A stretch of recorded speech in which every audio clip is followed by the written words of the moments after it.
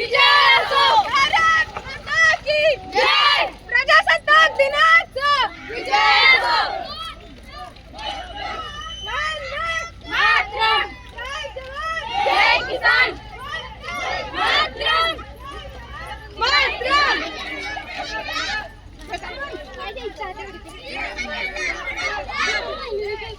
किसान. जय किसान.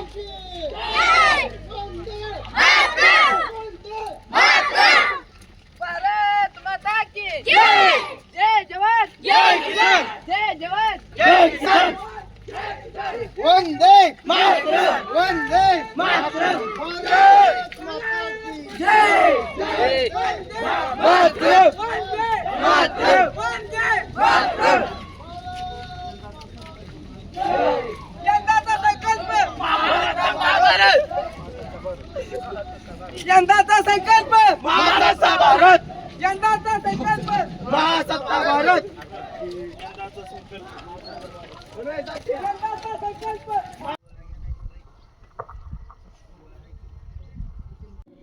2 वर्ष 11 महिने आणि 18 दिवस या ठिकाणी लागलेले आहेत. सेंट्रल ह्युमन राईट संघटनेचे जिल्हाध्यक्ष माननीय रणजितजी सातपुते यांचंही या ठिकाणी प्रशालेच्या वतीनं सहर्ष असं स्वागत. या ठिकाणी ध्वजारोहण या ठिकाणी संपन्न होत आहे आणि आजच्या कार्यक्रमाचे प्रमुख अतिथी म्हणून लाभलेले आनंदा निवृत्ती लोंढे यांच्या हस्ते ध्वजस्तंभन आणि ध्वजारोहण या ठिकाणी संपन्न झालेला. असा फेकून मारताय तसा. हा डॉक्टर साहेब आता जसं सरक सरांनी आता सांगितलं, सुप्रीम कोर्टाचे न्यायाधीश आदरणीय भूषणजी गवई यांना सुप्रीम कोर्टामध्ये येथील एका वकिलाने बूट फेकून मारला आणि बूट फेकण्याचा जरी तो विषय प्रतिकात्मक असला तरी इथल्या व्यवस्थेला एखादा गावकुसातला SC ST OBC मायनॉरिटीचा माणूस सुप्रीम कोर्टाचा न्यायाधीश होतो हे पचत नाहीये. म्हणून तुम्ही कितीही मोठं झाला, तुम्ही सुप्रीम कोर्टाचा जरी न्यायाधीश झाला तर तुम्ही आमच्या बुटाप्रमाणे आहात. म्हणून त्या वकिलानं निषेध म्हणून बूट फेकून मारला सुप्रीम कोर्टाला. तो केवळ सुप्रीम कोर्टाला नाहीये तर या देशाच्या व्यवस्थेला दिलेला हा चपराक आहे, चॅलेंज आहे.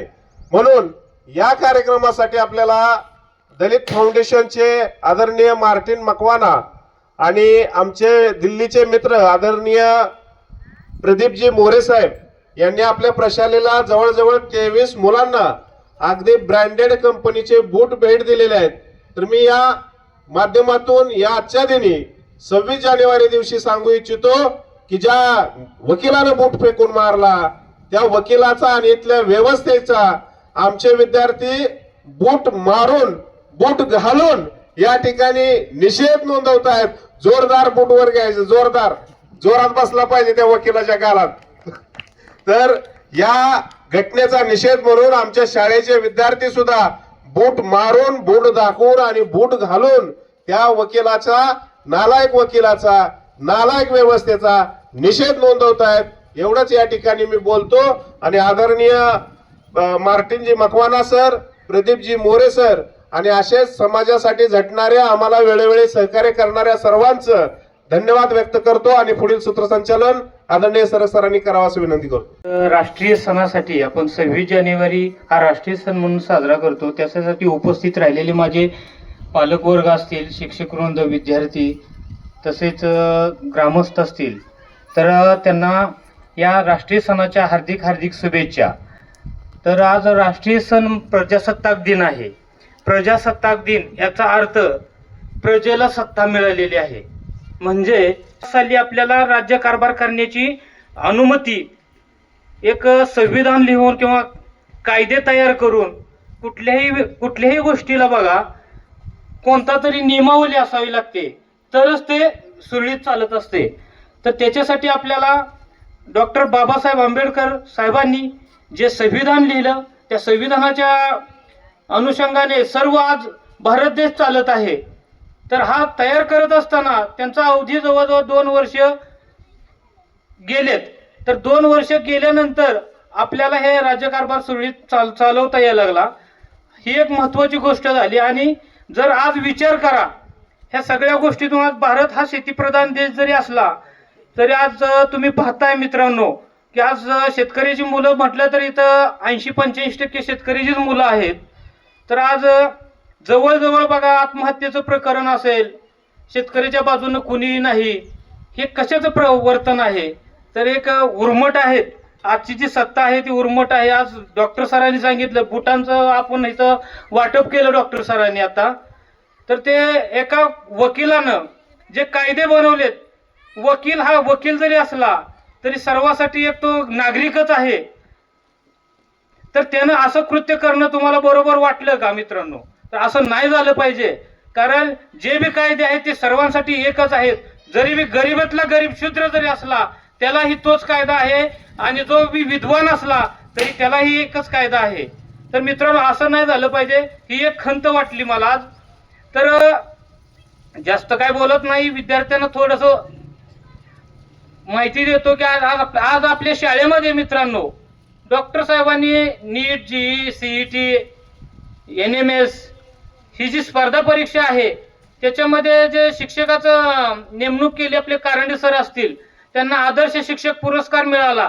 तो असाच नाही मिळालेला, त्यांनी जवळजवळ मला वाटतं दररोजचे डेली 10 ते 11 तास त्यांनी आपल्या शाळेसाठी वेळ दिलेला आहे. आणि सुट्टीच्या दिवशी सुद्धा ते खुडूसवरून येत आहेत, हे चांदापुरी गावातले जरी नसले तर ते लांबून येत आहेत, तरी त्यांनी सेवा दिली म्हणून त्यांना आदर्श शिक्षक पुरस्कार आज डॉक्टर साहेबांनी दिलेला आहे. तसंच प्राचार्य आपले वायदंडे सर असतील, यांना सुद्धा आज आदर्श शिक्षक पुरस्कार भेटलेला आहे. कारण त्यांनी जरी ते प्राचार्य असले तरी सुद्धा त्यांनी क्लर्कचं, शिपायाचं म्हणून थोडक्यात हे सुद्धा त्यांनी काम करायला त्यांनी खंत बाळगली नाही मित्रांनो, म्हणून त्यांना हा आदर्श पुरस्कार मिळाला. असंच कोणालाही भेटत नाही. आज आपण विद्यार्थी, मी घरी झाडत नाही म्हणतो विद्यार्थी, आणि इथं जर रूम झाडायला लावली शिक्षकांनी त्याला राग येतो. आज पालकांना सुद्धा मी सांगतो की घरी हा मुलगा घर झाडत नसेल पण ही शाळा झाली पाहिजे, मुलांनी कर्तव्य आहे मुलाचं, हे पालन केलं पाहिजे. तर आज आपल्या शाळेमध्ये नवीन उपक्रम म्हणजे की आज देशमुख सर असतील, सैनिक देशमुख सर आणि कुलकर्णी मॅडम असतील, यांची नेमणूक का केली आहे हे पण गावाला आणि पालकाला, विद्यार्थ्यांना, विद्यार्थी घरी बोललेत का नाहीत हे मला काही माहित नाही. कारण मला पाहिजे तसा कॉन्फिडन्सली विद्यार्थ्यांमध्ये आत्मविश्वास वाटणार की घरी बोललेत का नाहीत. तरी पण मी अनाउन्स करतो की आज आपण बारामती असेल, मी माझाच मुलगा जो अग्निवीर मध्ये त्याचं सिलेक्शन झालं, तर त्याचं मी बारामतीला मी स्वतः घेऊन गेलो होतो अकॅडमीसाठी मुलाला माझ्या, पण त्या मुलानेच मला प्रत्युत्तर दिलं, मला इथलं वातावरण सूट होत नाही, मला हे बरोबर वाटत नाही, मला अकॅडमी करायची नाही. मग मी काय केलं तर मेकॅनिकला त्याचं नशीब होतं, मेकॅनिक इंजिनिअरिंगला त्याला मी पाठवलं. मी काय स्तुती म्हणून सांगत नाही, कारण अशी फसवणूक प्रत्येक पालकाची होत असते, विद्यार्थ्याची होत असते. ते विद्यार्थ्यांनी समजावून पालकाला सांगायची वेळ आलेली आहे आज, कारण बेशिस्त सगळीकडे चाललेलं आहे.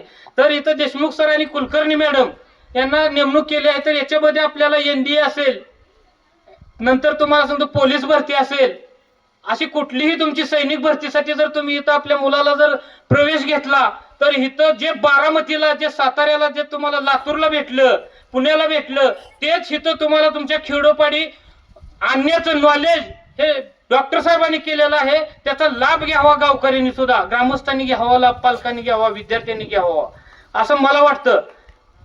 की आपल्या पाल्याला, आपल्या विद्यार्थ्याला झोपडी पण एक दिवस दाखवा, झोपडीतलं ऍडजस्टमेंट जीवन पण तुम्ही दाखवा त्या मुलाला, आणि जो माडीवरती राहतो, बंगल्यावरती राहतो, त्याचं पण जीवन तुम्ही त्या मुलाला दाखवा. तुला कुठला आवडेल हा प्रश्न करा त्या मुलाला, तर मुलगा काय म्हणेल, मला 5 स्टार बंगल्यातलं जीवन आवडेल. का हो? मग त्याच्यासाठी त्यानं काय केलं हे त्याला उदाहरण द्या, असं एक पालकाने उपदेश करतो. कारण का तर आज परिस्थिती अशी बिकट झाली, मोबाईल मध्ये मुलगा जवळजवळ, मला काय वाटतं की जो झोपतो तेवढाच वेळ मला वाटतं मुलाचा व्यस्त जात असेल ना, तर पूर्ण मोबाईल मध्ये मुलगा आहे आज व्यस्त. ज्या बनवणाऱ्याला सुद्धा प्रश्न पडला की मोबाईल बनवून चुकी झाली, कारण देश भरकटत चालला, बरोबर का? लहान मुलं म्हणजे मातीचा गोळा, जसा आकार देईल कुंभाराचा बघा, मातीला कसलाही आकार देतोय कुंभार, कशासाठी? त्याला ओलावा असतो, माती त्या पद्धतीची असते. तसं तुम्ही आहे, तुम्हाला जर घडायचंच असेल तर 100% या गुरुवर्य, या सरांचं, शिक्षकांचं, तुम्ही गुरुजनांचं, सगळ्यांचं तुम्ही पालन करा. आज्ञेचं तुम्ही घडल्याशिवाय राहणार नाही मित्रांनो. राबतात आई वडील, तुम्ही चांगलं घडावं म्हणून रक्ताचं पाणी करतात, उन्हातानामध्ये कष्ट घेतात. मी वारंवार सांगतो, तुमच्या अंगावरचं जे ब्रँडेड कपडे, पायातला ब्रँडेड बूट आहे, तो आई वडिलांच्या रक्ताचा घामाचा बूट आहे. तो रक्ताचा घामाचा पशिन्याचा कपडा अंगावर आहे तुमच्या. त्या कपड्याला जो तुमच्या अत्तरचा वास आहे, तो आई वडिलांच्या श्रमाचा आणि घामाचा वास आहे. ही जाणीव तुमच्या मनामध्ये असली पाहिजे. जाडकर साहेबांचं जे सांगणं होतं ते इथल्या महाराष्ट्रातल्या प्रत्येक मातीशी इमान राखणाऱ्या माणसाचं सांगणं होतं.